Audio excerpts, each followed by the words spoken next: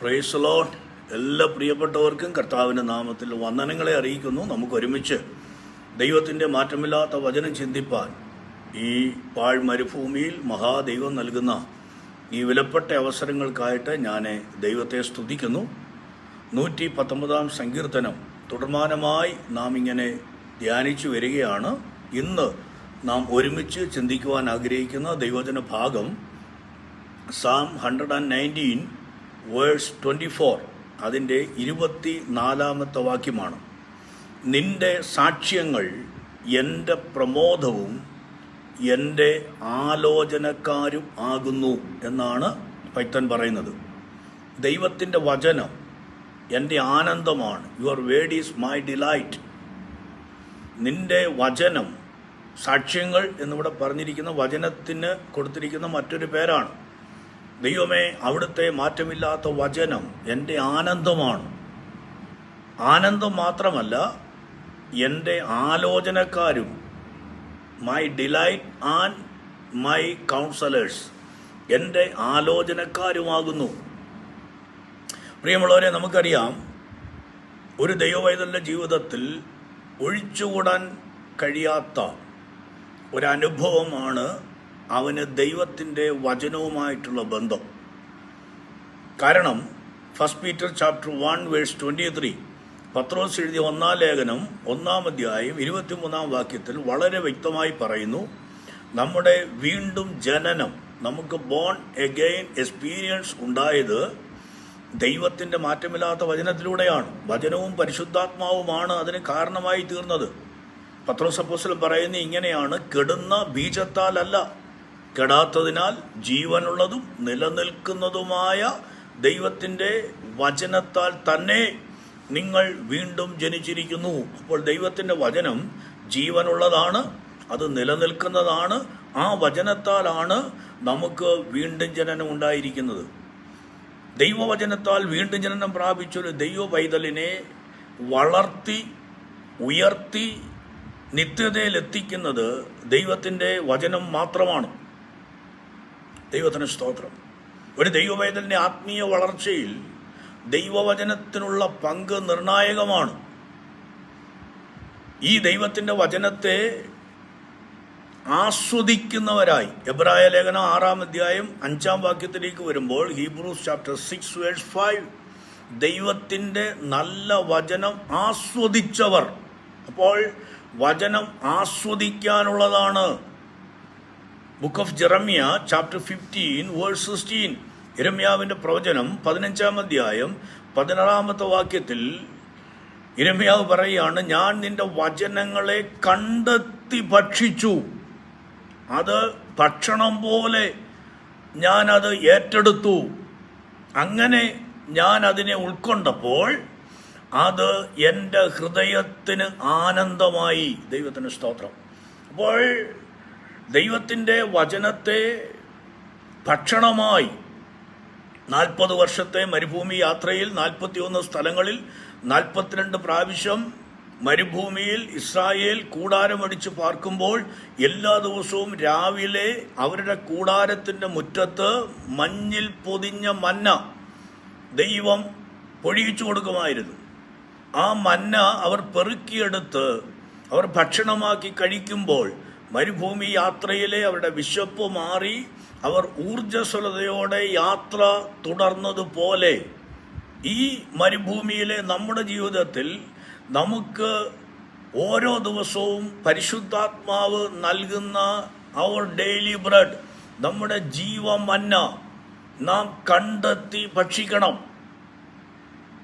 യോബ് പുസ്തകം 23-ാം അധ്യായം അതിൻ്റെ 12-ാമത്തെ വാക്യത്തിൽ, book of Job chapter 23 verse 12, ഇങ്ങനെയാണ് പറയുന്നത്, അവൻ്റെ വായിലെ വചനങ്ങളെ, മഹാദൈവത്തിൻ്റെ വായിലെ വചനങ്ങളെ എൻ്റെ ആഹാരത്തേക്കാൾ ഞാൻ സൂക്ഷിച്ചിരിക്കുന്നു. കണ്ടോ? അപ്പോൾ ദൈവത്തിൻ്റെ വചനത്തിന് ഒരു ഭക്തനിലുള്ള പ്രാധാന്യത എത്രമാത്രം വലുതാണെന്ന് വചനങ്ങളിലൂടെ നാം തിരിച്ചറിയണം. ദൈവത്തിൻ്റെ വായിൽ നിന്ന് ദൈവത്തിൻ്റെ വചനം കേൾക്കുക. കർത്താവായ യേശു ക്രിസ്തു ഈ ഭൂമിയിലായിരുന്നപ്പോൾ രാത്രി മുഴുവൻ ഒലിവുമലയിൽ പ്രാർത്ഥനയിൽ സമയം ചിലവഴിക്കുകയും രാവിലെ ദൈവാലയത്തിൽ ഉപദേശിക്കാൻ വരുമ്പോൾ ജനമെല്ലാം അവന്റെ വചനം കേൾക്കേണ്ടതിന് അവന്റെ അടുക്കൽ ഓടിക്കൂടുക പതിവായിരുന്നു. ദൈവത്തിന്റെ വായിൽ നിന്ന് വചനം കേൾക്കുവാനുള്ള ഒരു നിയമനമാണ് നമുക്ക് ലഭിച്ചിരിക്കുന്നത്. അപ്പോസ്തലപ്രവൃത്തിയുടെ പുസ്തകം 22-ാം അധ്യായം അതിന്റെ 14-ാമത്തെ വാക്യത്തിൽ book of Acts chapter 22 verse 14 പൗലോസ് തനിക്ക് ദൈവത്തിൽ നിന്ന് ലഭിച്ച നിയമനത്തെ കുറിച്ച് പറയുമ്പോൾ അനന്യാസിലൂടെ തനിക്ക് കിട്ടിയ ഡിവൈൻ അപ്പോയിന്റ്മെന്റിനെ തന്റെ സാക്ഷ്യത്തിൽ പൗലോസ് എക്സ്പ്ലെയിൻ ചെയ്യുമ്പോൾ, വിവരിക്കുമ്പോൾ താൻ പറയുകയാണ്, നമ്മുടെ പിതാക്കന്മാരുടെ ദൈവം എന്നെ ദൈവത്തിന്റെ ഇഷ്ടമറിയുവാനും നീതിമാനായവനെ കാണുവാനും അവന്റെ വായിൽ നിന്ന് വചനങ്ങളെ കേൾക്കുവാനും നിയമിച്ചിരിക്കുന്നു എന്ന തിരിച്ചറിവ് പൗലോസ് ഷെയർ ചെയ്യുകയാണ്. പ്രിയമുള്ളവരെ, ദൈവത്തിന്റെ വചനം നാം കണ്ടെത്തുമ്പോൾ അത് നമുക്ക് ആനന്ദമായി മാറും. അത് നാം ആസ്വദിക്കുമ്പോൾ ലോകം തരാത്ത സന്തോഷം, സോഷ്യൽ മീഡിയ തരാത്ത സന്തോഷം, നിലനിൽക്കുന്ന ആനന്ദം, നിലനിൽക്കുന്ന സന്തോഷം നമുക്ക് ദൈവത്തിൻ്റെ വചനത്തിലൂടെ പ്രാപിക്കുവാൻ കഴിയും. ദൈവത്തിൻ്റെ വചനം നമ്മുടെ ആനന്ദം മാത്രമല്ല. ഇവിടെ ഭക്തൻ പറയാണ്, നിന്റെ വചനം എൻ്റെ ആനന്ദവും എൻ്റെ ആലോചനക്കാരുമാകുന്നു. My delight and my counsellors. Counsellor എന്ന് പറഞ്ഞാൽ, ആലോചനക്കാർ എന്ന് പറഞ്ഞാൽ അഡ്വൈസറി ബോർഡ് എന്നാണ് അർത്ഥം, അല്ലെങ്കിൽ ഉപദേശക സമിതി എന്നാണ് അർത്ഥം. ദൈവം തൻ്റെ വചനത്തിലൂടെ നമുക്ക് ആലോചന പറഞ്ഞു തരുന്നു, നമ്മെ കൗൺസിൽ ചെയ്യുന്നു, നമുക്ക് ഉപദേശം പറഞ്ഞു തരുന്നു. സാംസ് 32 വേഴ്സ് 8, 32-ാം സങ്കീർത്തനം അതിൻ്റെ 8-ാമത്തെ വാക്യത്തിൽ നാം ഇങ്ങനെ വായിക്കുന്നു, ഞാൻ നിന്നെ ഉപദേശിച്ച് നടക്കേണ്ടുന്ന വഴി ഞാൻ നിനക്ക് കാണിച്ചു തരും.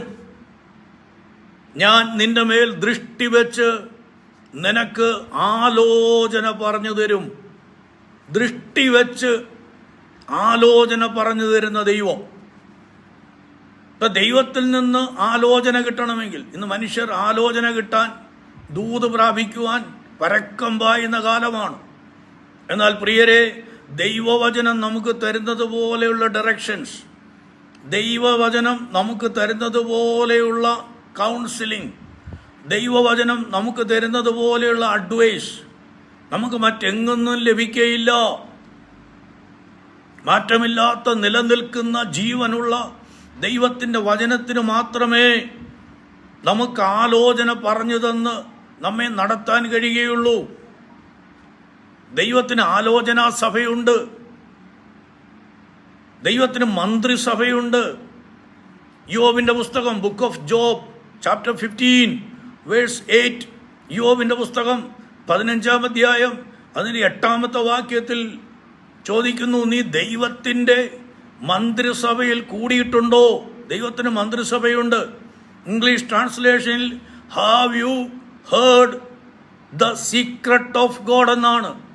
നീ ദൈവത്തിൻ്റെ രഹസ്യം, ദ സീക്രട്ട് ഓഫ് ഗോഡ് കേട്ടിട്ടുണ്ടോ? ദൈവത്തിന് നമ്മളോട് പറയാൻ ചില രഹസ്യങ്ങളുണ്ട്, ദൈവത്തിന് നമ്മളോട് പറയുവാൻ ചില ഉപദേശങ്ങളുണ്ട്, ദൈവത്തിന് കൈമാറാൻ ചില സന്ദേശങ്ങളുണ്ട്. അത് കിട്ടണമെങ്കിൽ നാം ദൈവത്തിൻ്റെ ആലോചനാ സഭയിൽ നിൽക്കണം.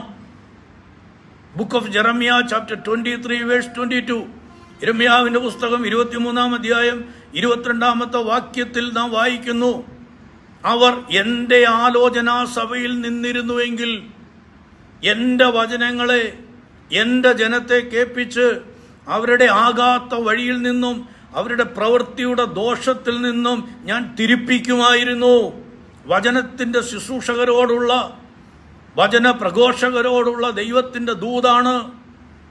ദൈവത്തിൻ്റെ ആലോചനാ സഭയിൽ നിന്നാൽ ദൈവം ആലോചന പറഞ്ഞു തരും.